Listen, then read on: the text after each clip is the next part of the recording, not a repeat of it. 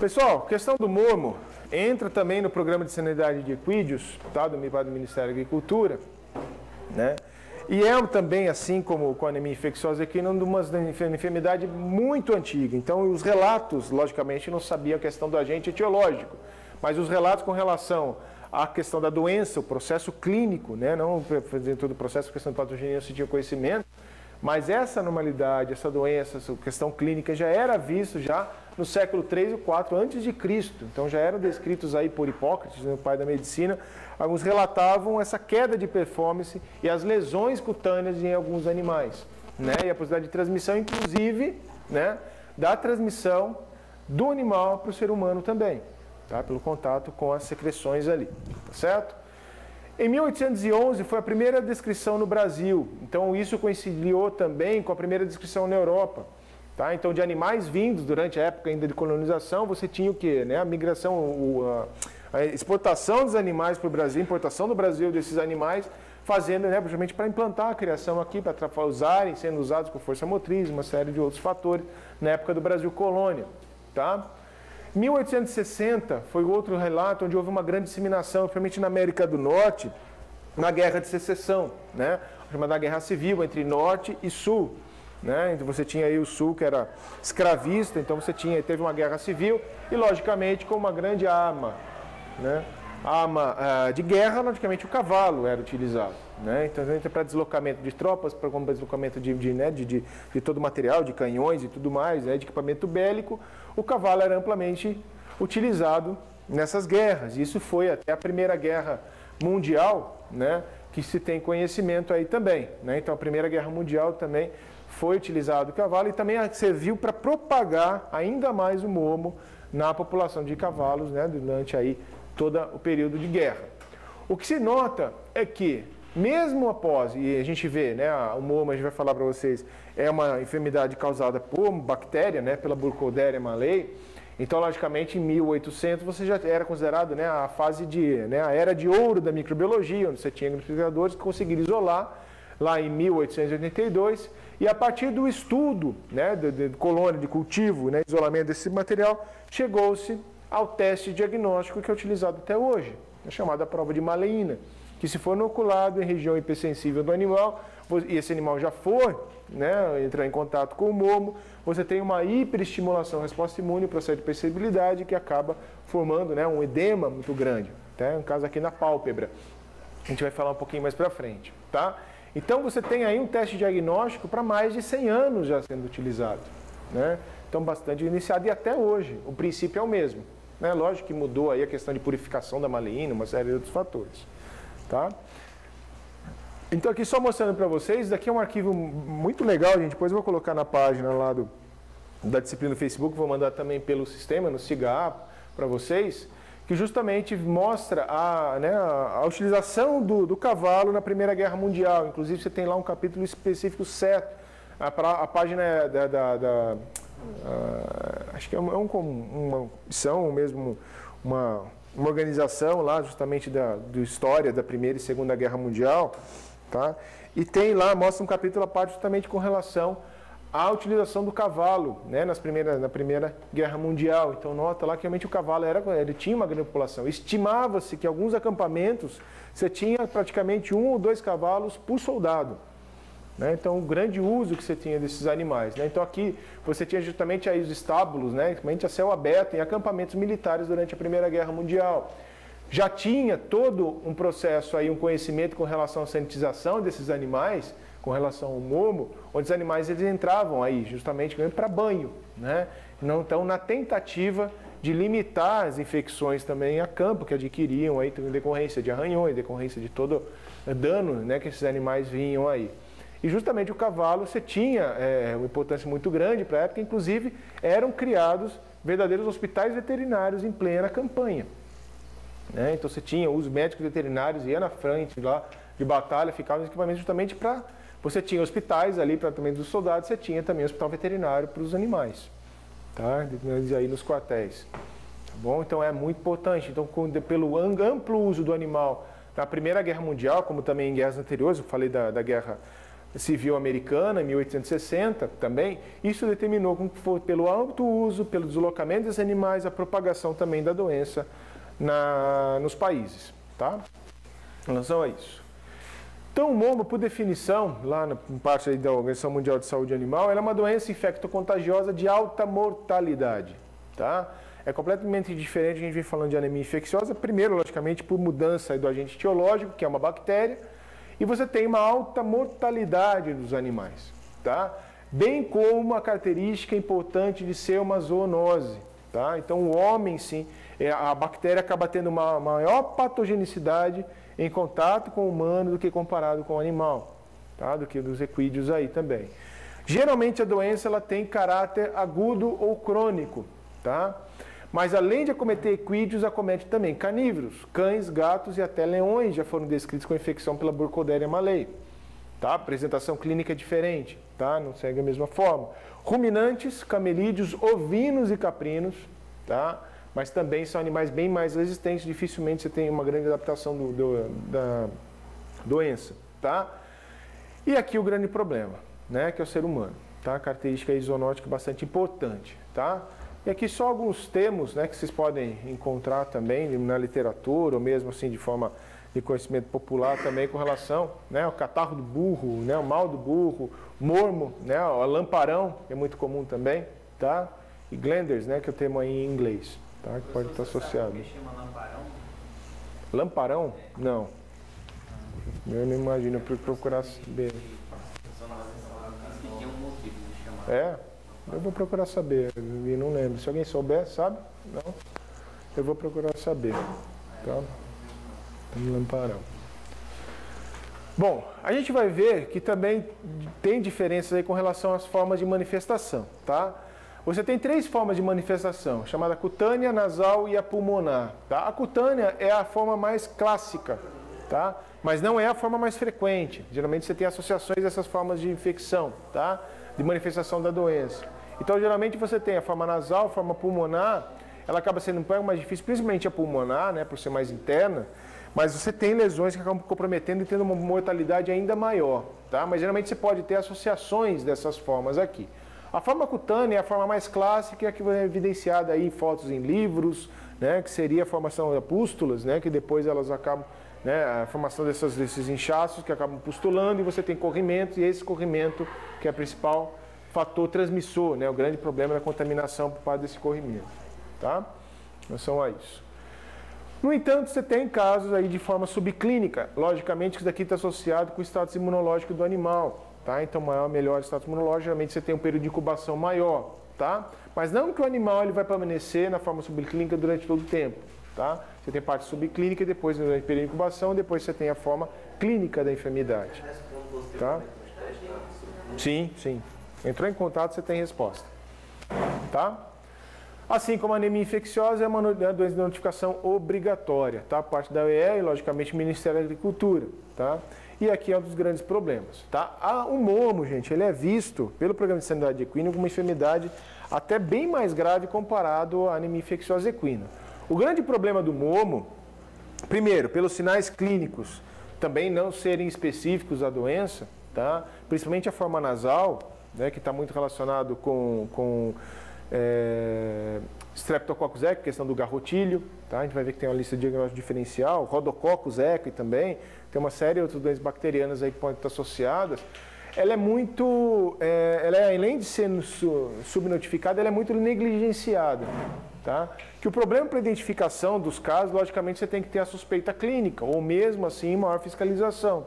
O problema é que o uso desses animais, principalmente no interior dos estados, é muito grande, né? Então, muitas vezes, ele é utilizado somente na propriedade, você não tem aí muita distribuição com relação a esses animais, muito uso, muito transporte, muitas vezes, você tem menor chance de fiscalização, de identificar esses casos, tá?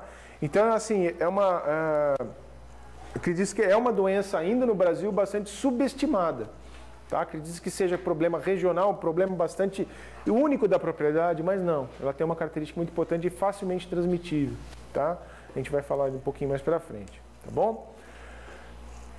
É uma zoonose bem caracterizada. Tá? Sim, a diferença com relação às outras, né? A anemia infecciosa aqui ela não é uma zoonose, mas o MOMO né, teve um caso nos Estados Unidos, inclusive, com a morte de uma pessoa, era uma mulher aí na faixa aí dos 20 anos, tá? E o último caso foi em 2000 de conhecimento, então que se tem, então foi nos Estados Unidos, ou seja, que implanta um programa, né, mas entrou em contato. Inclusive o mormo, gente, eu acabei esquecendo de falar, ele é considerado pela Organização Mundial de Saúde também, logicamente pelos Estados Unidos, o possível uso de ser utilizado como arma biológica.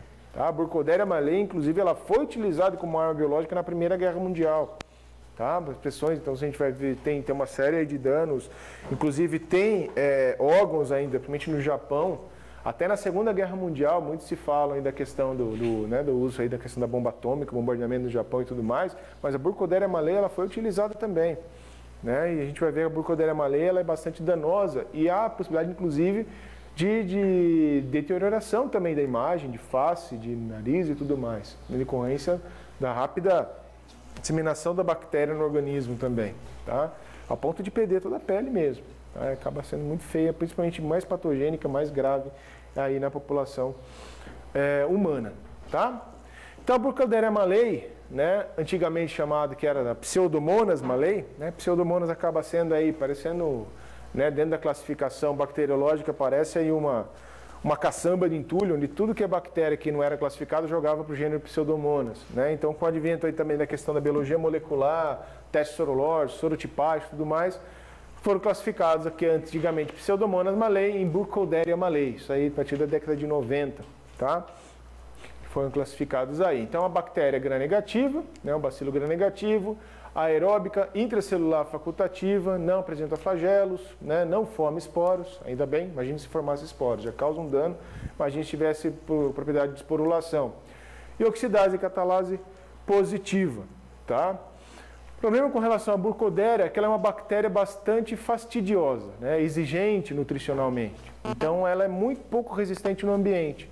Muitas situações que você tem, a maior parte da transmissão da contaminação é de forma indireta, é contaminação por parte de alimentação, de pastagem, da água contaminada, mas ela tem uma propriedade, uma dose, a característica de ser uma dose infectante muito baixa. Então ela mesma, você precisa de um número baixo de células bacterianas para causar doença no animal.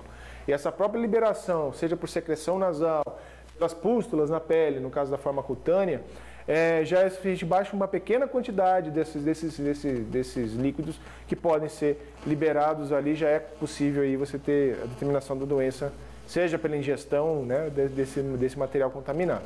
O que é aquele POS é positivo? Hã? Positivo, oxidase e catalase positivo, tá?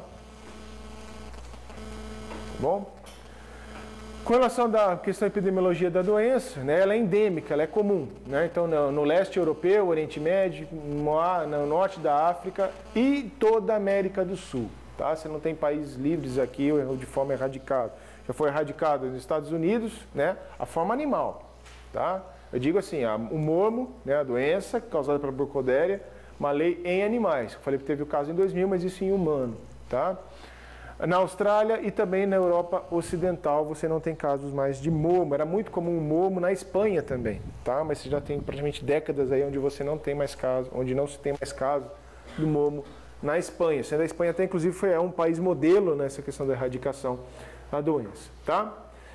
O mormo ele é considerado, a gente pegando características aí do Brasil, como tem uma apresentação esporádica. Você não tem relação com mormo em épocas específicas no ano. Tá? Não tem aí associação com relação à pluviosidade, com temperaturas, não tem não. O que você tem associação, logicamente, quanto mais animais infectados, maior a predisposição dos outros animais a terem infecção. Tá? Mas geralmente a apresentação ela é esporádica, então muitas vezes é uma morbidade até relativamente baixa. Então, por exemplo, você tem casos na propriedade, mas não acometem todos os animais na propriedade. Tá? Geralmente único, isso é uma doença, por mais que se trate de uma doença de rebanho, né, geralmente o foco está associado a um ou dois, poucos animais na propriedade. Tá? Porém, a evolução apresenta uma mortalidade de quase 80% dos casos. Tá? A Burkholderia malei, só lembrando, logicamente, na atenção à saúde pública, ela é tratável, né, por antibiótico terapia, por um longo período também. Tá? Assim como a gente falou da tuberculose, mas logicamente que o tratamento de população animal ele é proibido. Tá? Em decorrência até a questão de custo-benefício, mas simplesmente porque se você mantém um animal em tratamento, ele ainda vai ser uma fonte de infecção.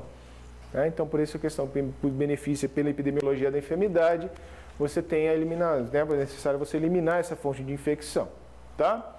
Aqui é só um levantamento de focos do Brasil em 2001, 2011, 2012, né? Apesar de estar um pouco defasado, o grande problema é que o Brasil, ele morando na questão de envio de relatórios para a Organização Mundial de Saúde Animal. Então, isso aqui é um dado do relatório, né, da Organização Mundial de Saúde Animal, onde pode acompanhar os casos aqui em 2011, né? Então, Paraíba, Pernambuco, Rio Grande do Norte, e a Paraíba, todo ano, você sempre, não só Paraíba, Pernambuco também, né? Na região do Nordeste, você tem casos de momo todo mês, praticamente, tá?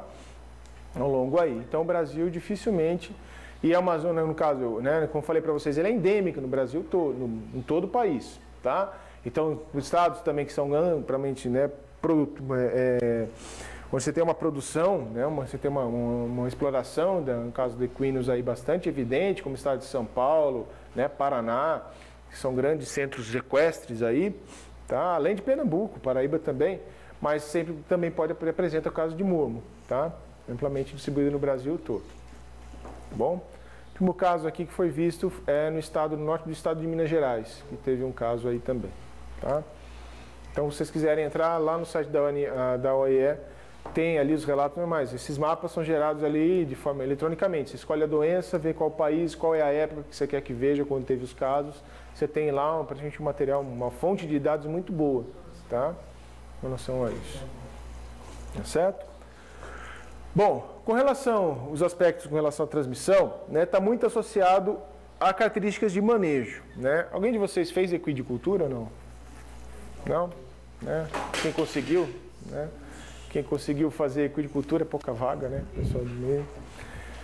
Então, eu falo para vocês isso porque tem uma importância muito grande na questão do manejo, de entenderem como é o manejo desses animais. Então, o grande problema com relação à transmissão na propriedade é o uso de estábulo, né? Na questão de estábulo, de uso de coxo coletivo, bebedouros, né? Então, é muito comum, não sei aqui no interior do estado, mas muitas vezes, sei que isso no interior do estado de São Paulo, era muito comum você ter bebedouro, né, para os cavalos. Então, muitas vezes chegava o pessoal das zonas rurais, zonas mais afastadas, vinha cavalo para o centro da cidade, deixava o cavalo amarrado, deixava ele passando em algum centro e utilizava a mesma água ali para beber. Então, isso era uma forma, é um fator de risco para transmissão também. Tá? Ainda assim, hoje é feito dessa forma. Tá? Então, coxo, estábulo coletivo, né, que ficam contaminados pelas secreções ou não são feitos em higienização adequada, pode ser feito aí, ser associado aí também à questão de transmissão. Logicamente que o estresse e má alimentação vai refletir no estado imunológico do animal. Então você pode também ter a infecção, como assim também idosos, né? Animais idosos têm maior predisposição em decorrência da baixa resposta imune. Vamos lá, gente, tá? Falei para vocês, não tem correlação imprópria no Brasil em decorrência da estação do ano, tá? Eu já tinha falado vocês. Bom, para a gente entender a patogenia, gente, a gente tem que lembrar, logicamente, qual seria a fonte de contaminação, tá? Então, aquilo que eu falei, os animais, eles eliminam, geralmente, secreções nasais ou secreções pelas pústulas, né, da forma cutânea. Então, é essa secreção que, caindo no ambiente ou entrando em contato direto com outro animal, vai levar à transmissão, tá? Então, a maior parte das vezes, você tem o quê? A contaminação por parte daquele corrimento nasal, de todas aquelas, né, do conteúdo pustular, em água e alimentos. Então, são essas situações que você tem a contaminação, tá? E a partir daí você tem a ingestão, né, por parte desses animais, dessa água, desse alimento, e levando juntamente, logicamente, a burkholderia. E já na cavidade oral, ali na mucosa da cavidade oral, essa bactéria ela vai entrar em contato, colonizando, e aí você tem todo o estabelecimento, né, de um processo danoso, onde você tem uma lesão primária, então danos ali a tecido em traqueia e até septo nasal. Então, que você tem tanto a inalação, como também você pode ter também, geralmente, a ingestão. Então, essa bactéria ela vai colonizar essa mucosa oral. Ela vai se duplicar, vai se amplificar, levando, inclusive, da cavidade oral para a cavidade nasal, tá? Formando lesões pustulares, uma série de fatores aí também, tá? Outra situação é que você pode também, em decorrência aí pela ingestão, essa bactéria ela consegue atingir mucosa intestinal, tá? E o grande problema com relação à mucosa intestinal, né, é que ela vai cair facilmente na corrente sanguínea e aí determinar o caso de septicemia. Então a burkholderia ela cai na corrente sanguínea. E se a gente lembrar na questão de etiologia, a Burkholderia malei, ela é intracelular facultativa. Ela tem propriedade também de se duplicar em células fagocíticas. Tá? Então, dessa forma, essas células fagocíticas vão, obviamente, fagocitar essa bactéria, vão aprisionar, e essa bactéria interior dessas células vão cair na circulação sanguínea e, a partir daí, auxilia nessa septicemia. Tá? Chegando a diferentes órgãos aí, como até a mucosa nasal, como na pele e também pulmões. Tá? Frente a isso, ou seja, a bactéria toda disseminada no organismo do animal.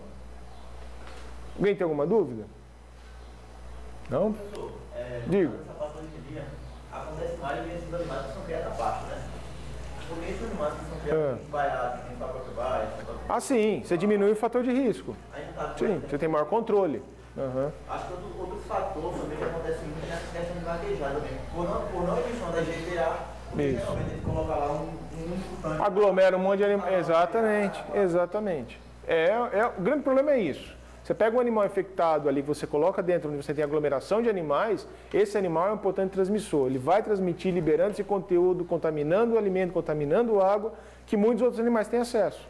Esse é o grande problema. Tá?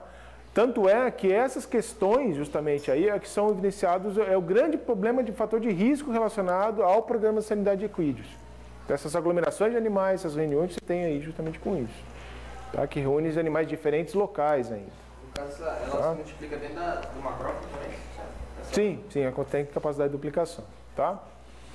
Caindo a corrente sanguínea, ela também vai chegar à corrente linfática, e a partir da corrente linfática que você vai ter as lesões nodulares, né?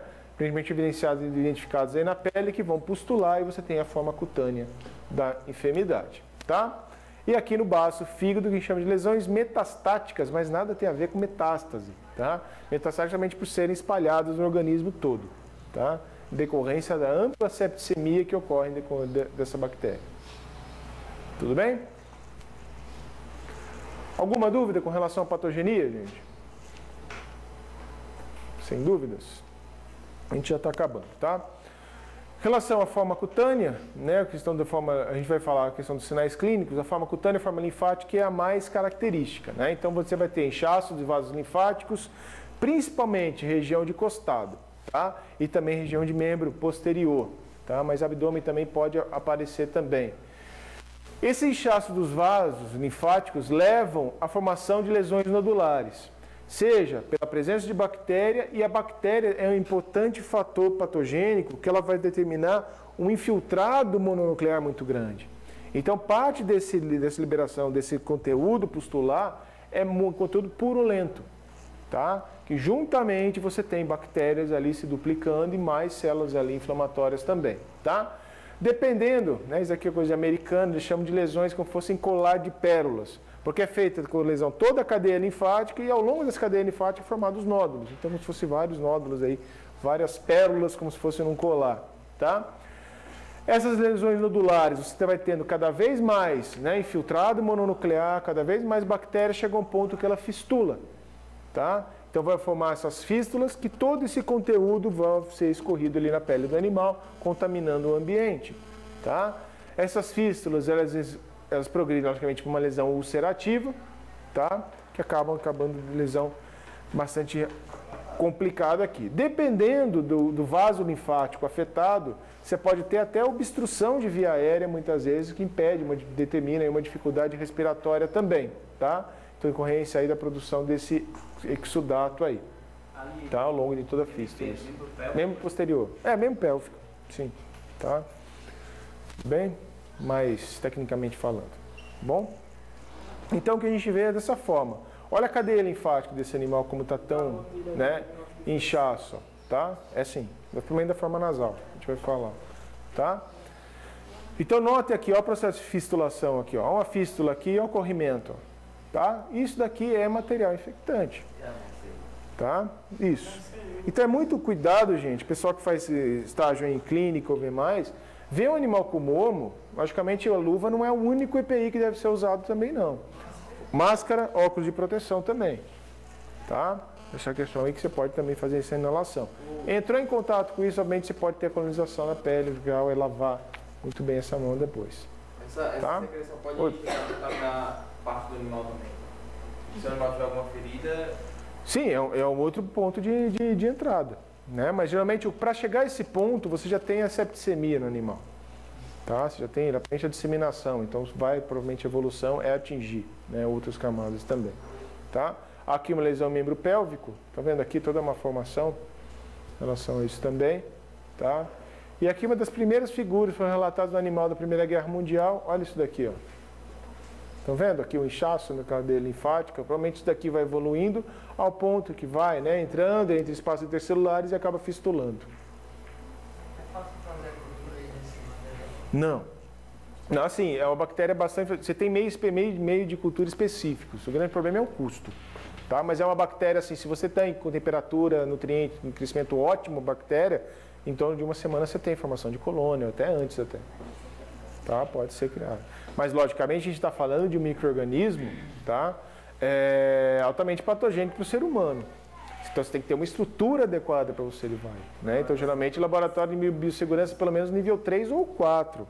Porque o grande problema aqui não é porque a gente está tratando, por exemplo, de um micro-organismo que pode causar doença no homem. Ele é um patógeno evidente ao ser humano. Então, culturas de micro-organismos, principalmente a Burkholderia, deve ser feito... Isso tem uma discussão ao longo, né, de vários pesquisadores, mas principalmente, ao meu ver, de nível 4, nem nível 3. Tá? Porque ele é um patógeno muito mais evidente, questão humana, apesar de você ter muito maior proporção em animais, mas que na população humana o dano é muito maior. Tá? Então o cultivo aí deve ser repensado. Tá? E depois dessas fístulas, ó, você tem o aspecto ulcerativo da lesão. Né? E sempre lembrando que devido a você continua esse inchaço, o que você tem aqui nada mais é de um canal aberto desse conteúdo, e além dessa lesão aqui, dificilmente há cicatrização. Tá? Você começa a ter aí a perda também desse material e continuação dessa liberação desse material aí no ambiente. Tá? Seria essa forma clássica do momo, que é a forma cutânea. Tá? Outra forma bastante importante também é a lesão, é a forma nasal. Tá? A forma nasal está associada então a uma descarga nasal purulenta, né? Então, que o Matheus já falou, ela é um sinal inespecífico. Então, pode ser o principal fator doença que entraria em diagnóstico diferencial é o garrotilho, tá? O garrotilho é coisa que determina por infecção pelo Streptococcus equi, determina infecção aí das vias aéreas superiores, com grande liberação de material purulento também, semelhante ao momo, tá? Mas mesmo quando você tem suspeita de garrotilho, você tem que suspeitar de momo também, sempre lembrando isso, tá? Formam pequenas lesões também nodulares, só que não cadeia linfática, sim próximo ao septo nasal, que elas vão descolando a parte ali da mucosa nasal do septo. Então você tem também, chega a um ponto, que é que isso acaba, quando ela vai aumentando essas lesões, e elas vai se propagando no tecido conjuntivo, ao ponto de você ter lesões, que eles chamam, né, alguns termos chamam lesões em estrela, que tem pontas a essas lesões que acabam fistulando para dentro da cavidade nasal. E essa fístula, logicamente, liberação desse conteúdo vai ter toda essa descarga nasal purulenta e até sanguinolenta. Né? Se a gente está levando ali, você tem um trato cartilaginoso ali. Né? Então isso acaba causando uma maior ainda liberação de sangue também. Tá? Vai dar esse edema, geralmente pode estar associado com edema de nódulos linfáticos. E logicamente que toda essa descarga nasal purulenta em via aérea vai determinar uma dificuldade respiratória no animal também. Né? Com relação a isso. Já foi associado também, decorrência da ampla viremia, da forma nasal tem uma relação também de inchaço, principalmente o caso de orquite e até congestão de fígado e baço num diagnóstico pós-mortem. Tá? Você vê um animal bastante edemaciado, bastante congesto, também está associado aí também, e até o quadro de inflamação, né, testicular, aí, o quadro de orquite. Tá? Também está associado aí. E aqui a gente vê, né? A gente pega tudo aí, se entra na narina do animal com essa característica. É um líquido bastante viscoso mesmo, gente, tá? A forma aí, quando vocês forem comer uma margarina, aí é semelhante à margarina, tá? Ou então requeijão, assim, amarelado, semelhante à mesma consistência, tá? Então, um exudato bastante purulento aí sendo eliminado. Muito característico isso daqui também é a questão do garrotilho, tá? O que se dá essa lesão aqui? Em decorrência das lesões que estão ali na mucosa nasal. Estão vendo aqui as lesões aqui, ó? Esses inchaços, essas lesões nodulares aqui no necrópsis, exatamente no septo nasal. Esses daqui vão fistular para dentro da cavidade nasal e continuar tendo corrimento. E é isso que faz a descarga nasal, tá? Pode estar associado aí também a inflamação, né, de testículo, como também prepúcio, tá? Dentro social, logicamente que isso não é uma forma nasal, é sinal clínico associado à forma nasal, tá? Tudo bem? Outra forma, e a última aí com relação aos sinais clínicos, é a forma respiratória, geralmente considerada uma forma mais aguda. Pode ser uma evolução da forma nasal. Tá? Então, aquilo que eu falei para vocês, você não tem etapas, não é que a forma cutânea, depois forma nasal, depois forma respiratória. Você tem associação dessas formas, tá? Podendo associar. Aí também há outros sinais clínicos, como febre alta, a septicemia, decorrência, causando uma broncopneumonia e aí formando as lesões nodulares em pulmão. Então, ocupando áreas que antes eram utilizadas para troca gasosa, áreas em espaço de vazio, agora apresentam nódulos, inclusive com lesões, com todo esse exudato em tecido pulmonar. Tá? Que, obviamente, que isso daqui acelera e, geralmente, as causas de morte são associadas à forma respiratória aguda. Isso tem a ver também com alta dose infectante e a baixa resposta imune do animal também. Então, você pega animais imunodeficientes, isso está associado também a uma forma respiratória. Aqui é só um corte, né, com relação aos granulomas aqui pulmonares, estão vendo vários nódulos aqui, tá? A foto não está muito bem aqui, mas eu no slide vou mandar para vocês essas fotos e fica mais fácil de vocês observarem, tá? Formados nódulos, que isso aqui tende a fistular também e acaba diminuindo a capacidade respiratória, ventilatória também pulmonar, tá? Outros sinais clínicos que já foram descritos também, anemia, em decorrência da baixa eritropoiese, tá? Muitos estão associados também a deficiência de ferro e vitamina B, que justamente a bactéria utiliza, né? Então causa uma deficiência também com relação ao organismo. Há um aumento do nível, né, de leucocitose, como eu falei para vocês, você tem um aumento do infiltrado mononuclear que dá a característica dessa consistência purulenta, todo esse exudato, então você tem um aumento das células leucocitárias, tá? Aumentando o caso de leucocitose, mas por outro lado você tem uma diminuição de linfócitos, tá? Em decorrência do organismo ele não conseguir suprir essa necessidade do organismo, tá? Então você tem uma diminuição em relação novamente depois de você ter aí no quadro, né, linfócitos maduros aí justamente para determinar, né, o quadro, tentar limitar o quadro infeccioso. Logicamente, dificuldade respiratória, todas aquelas lesões e tudo mais, isso leva a uma maior depressão na questão do animal, anorexia, né? Diminui a defecação, logicamente o animal não está ingerindo, ele não está também se alimentando, né? Defecando. Pode determinar a disfunção neurológica, mas provavelmente por infecção secundária bacteriana. A resposta imune, tá? Ou o grau de debilidade, de déficit no animal, ela é tão grande que o sistema imune ele não tem condições de continuar, né, digamos assim, vistoriando, fiscalizando o organismo do animal ao ponto de limitar outras infecções.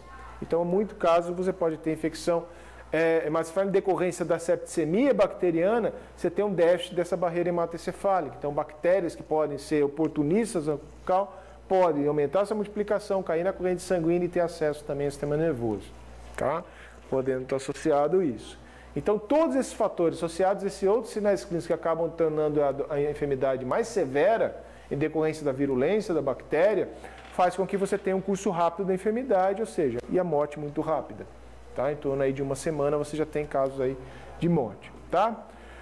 Se o animal consegue sobreviver à infecção, ela se torna um pouco, geralmente, infecções crônicas, onde o animal vai apresentar um status imunológico até mais adequado. Tá? Em relação a isso. Bom, diagnóstico diferencial para amiloidose nasal, Streptococcus, Rhodococcus, Pasteurella, Mannheimia, mas principalmente Streptococcus, Rhodococcus equi e Pasteurella, tá? Streptococcus nem tanto, mas Rhodococcus e Pasteurella, principalmente Pasteurella, faz parte da microbiota nasal, né, natural da mucosa nasal, tá? Então, de acordo aí, pelo oficial, né, Ministério, o diagnóstico, além do diagnóstico diferencial, deve ser utilizado normas oficiais do Ministério da Agricultura, tá? Dúvidas com relação a isso, tá? O diagnóstico mais utilizado pela Secretaria de Agricultura é a fixação de complemento, tá? Porque basta coletar uma vez a amostra, envia para a Lanagro, para o Laboratório Nacional, né, Agropecuário, pela Secretaria de Agricultura, tá? Mas o produtor ele tem acesso, coleta o mesmo sangue que vai para a anemia infecciosa equina, já faz o MOMO por fixação de complemento nos laboratórios credenciados também, tá? Por parte aí também.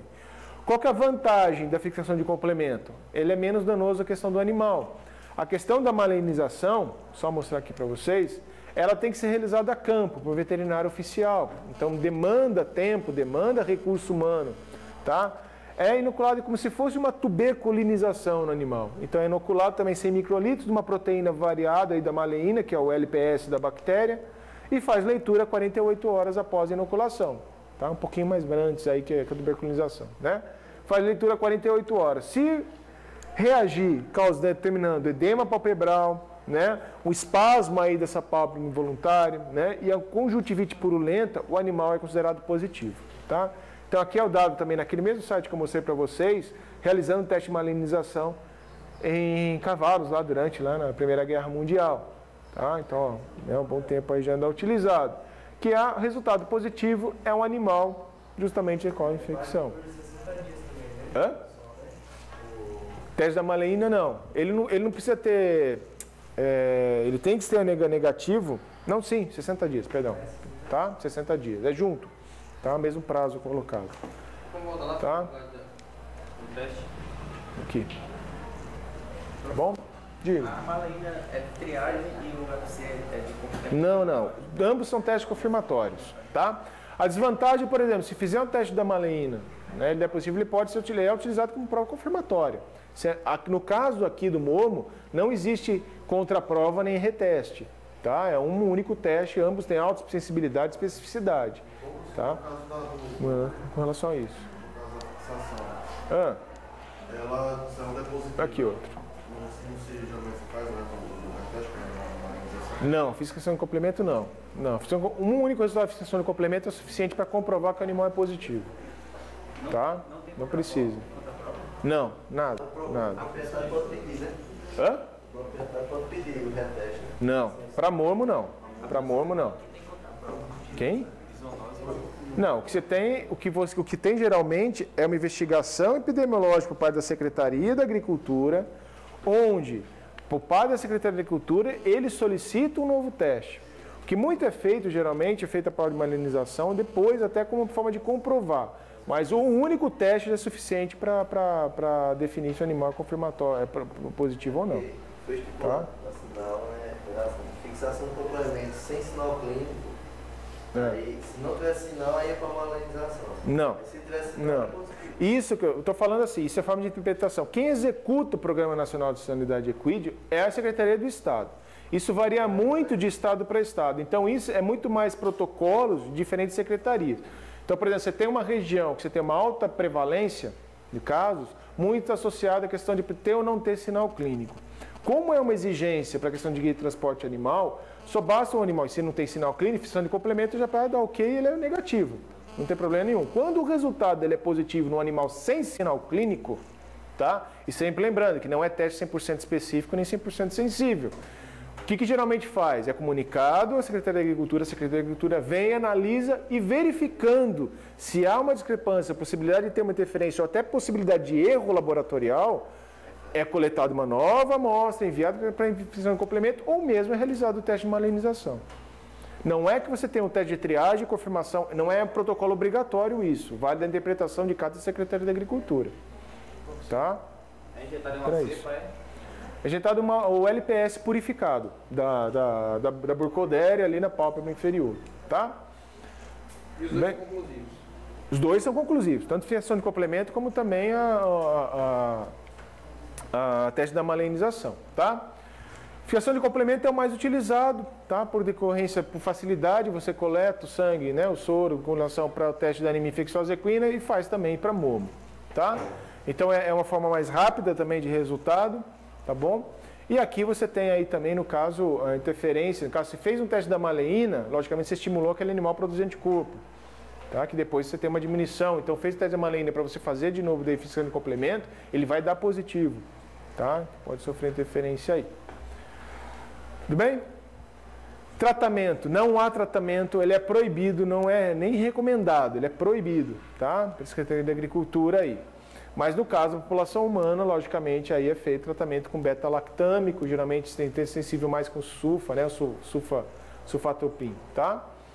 E aí aplicadas as medidas de resolução de acordo com a instrução normativa do programa de sanidade de equídeos, tá? Então, feito em animais positivos por teste oficial, ou fixação de complemento, ou malinização, já dá laudo oficial, que é obrigatório aí. No caso, até coloquei eutanásia, né? Mas feito aí também o sacrifício abate sanitário dos animais, tá? E essa carcaça, ela deve ser destruída no local. Eu falei destruição, tá? Incineração e também daí coloca, feito né, enterra na propriedade ali também, tá? É feito o abate ali. Tudo bem? Como profilaxia não tem vacina nenhuma, então a gente tem que se atentar justamente às medidas de controle, né? Então, medidas de controle são as medidas específicas, isolamento suspeito, compra e venda de animais de propriedades livres, então tendo atestado sanitário, resultado negativo em fixação de complemento, evitar baias e custos coletivos, logicamente aqui depende de cada propriedade, né? O ideal seria que cada animal tivesse a baia para você não ter o risco, né, de você ter o coleta, ou você ter infecção desses animais por parte aí de entrar em contato com secreções, contaminando água e alimento de outros animais infectados, tá? Com relação a isso, ou seja, medidas inespecíficas, né, que pode ser visto também para outras enfermidades, tá?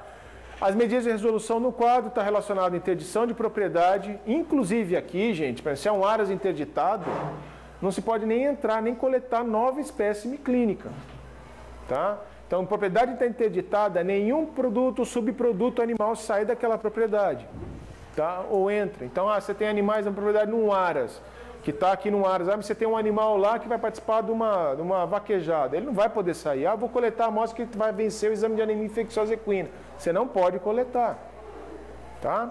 Interdita a propriedade completamente. É instalado lá auto de interdição, interdição de trânsito de animais também. Muitas vezes esse trânsito interestadual ele é interditado, tá? Também, decorrência de você ter fonte, possibilidade de transmissão, passagem para outro estado. Faz o abate sanitário, destruição da carcaça e desinterdição geralmente após 3 meses, tá? Até que se tenha o laudo comprobatório e a restituição do aspecto sanitário, né, da propriedade, tá? E sempre lembrando que o laudo negativo para o MOMA é exigência também para a GTA e a GTA pode servir como atestado sanitário, tá bem? Não, nada, nenhum ressarcimento, nada, é esse o problema, o ressarcimento você não tem, o único programa sanitário que se tem ressarcimento é febre aftosa, é o único.